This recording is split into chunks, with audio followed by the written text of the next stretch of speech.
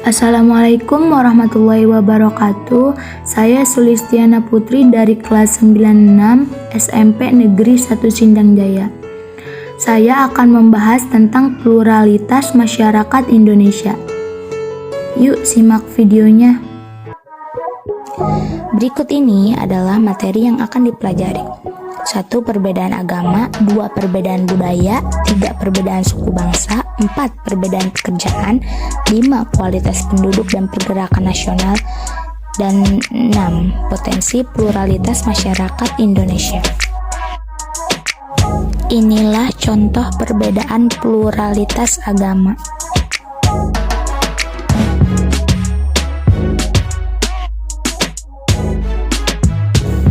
Jenis pluralitas di Indonesia, menurut Hoenigman, wujud kebudayaan dibedakan menjadi 3. 1. Gagasan, 2. Aktivitas, 3. Artefak atau karya. Berikut ini adalah contoh tentang wujud kebudayaan. Selanjutnya yaitu ada 7 unsur kebudayaan menurut Konjaraningrat. 1.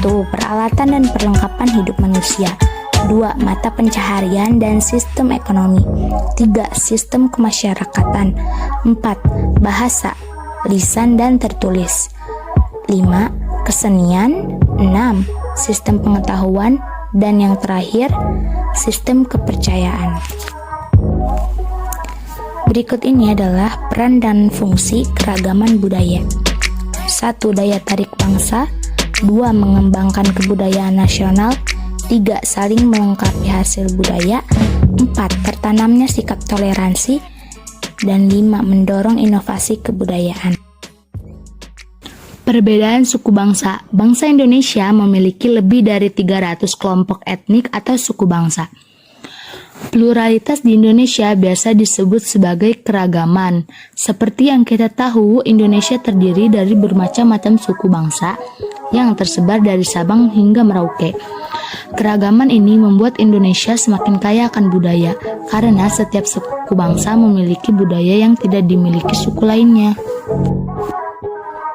Selanjutnya yaitu kualitas penduduk dan pergerakan nasional. Munculnya nasionalisme Indonesia. 1. Perluasan pendidikan. 2. Kegagalan perjuangan di berbagai daerah. 3. Rasa senasib sepenanggungan. 4. Berkembangnya berbagai paham baru. 5. Perkembangan organisasi etnik kedaerahan dan keagamaan. Berikutnya yaitu perbedaan pekerjaan. Pluralitas perbedaan pekerjaan adalah salah satu ciri khas masyarakat modern dan kelompok sosial, dan mungkin merupakan pengemudi utama kemajuan dalam ilmu pengetahuan, masyarakat, perkembangan ekonomi. Masyarakat Indonesia merupakan masyarakat pluralis atau masyarakat menjemuk. Yang kedua, menurut Clifford Geertz, masyarakat menjemuk adalah masyarakat yang terbagi-bagi ke dalam subsistem yang kurang lebih berdiri sendiri-sendiri, dan masing-masing subsistem terikat ke dalam ikatan-ikatan yang bersifat primordial. Dan yang ketiga, menurut Pierre Elven Denberg, masyarakat majemuk memiliki karakteristik: A. Terjadinya segmentasi ke dalam bentuk kelompok-kelompok yang memiliki subkebudayaan yang berbeda. B. Memiliki struktur sosial yang terbagi-bagi ke dalam lembaga-lembaga yang bersifat non-komplementer. C. Kurang mengembangkan konsensus di antara para anggotanya terhadap nilai-nilai yang bersifat dasar. D. Relatif sering konflik di antara kelompok yang satu dengan yang lainnya. E. Secara relatif integrasi sosial tumbuh di atas paksaan. F. Adanya dominasi politik oleh suatu kelompok atas kelompok yang lain. Potensi konflik dalam masyarakat Indonesia. 1. Kondisi masyarakat Indonesia berpotensi konflik yang bersifat vertikal maupun horizontal. 2. Konflik vertikal berarti konflik antara pemerintah dengan rakyat, termasuk konflik antara pemerintah daerah dengan pemerintah pusat. Yang ketiga, konflik horizontal adalah konflik antar warga masyarakat atau antar kelompok yang terdapat dalam masyarakat. Dan yang terakhir, potensi konflik masyarakat Indonesia menurut statement penyebab konflik kedaerahan antara lain: A. Krisis pemerintahan nasional, baik suksesi atau lemahnya konstitusi. B. Kegagalan lembaga-lembaga negara menengahi konflik.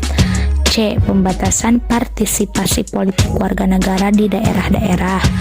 D. Ketidakadilan distribusi sumber daya ekonomi nasional dan sulitnya akses masyarakat di daerah terhadap sumber daya tersebut. Dan yang terakhir, rezim yang responsif terhadap tuntutan warga negara dan tidak bertanggung jawab terhadap rakyatnya. Demikianlah penjelasan tentang pluralitas sosial. Kurang lebihnya mohon maaf. Wassalamualaikum warahmatullahi wabarakatuh.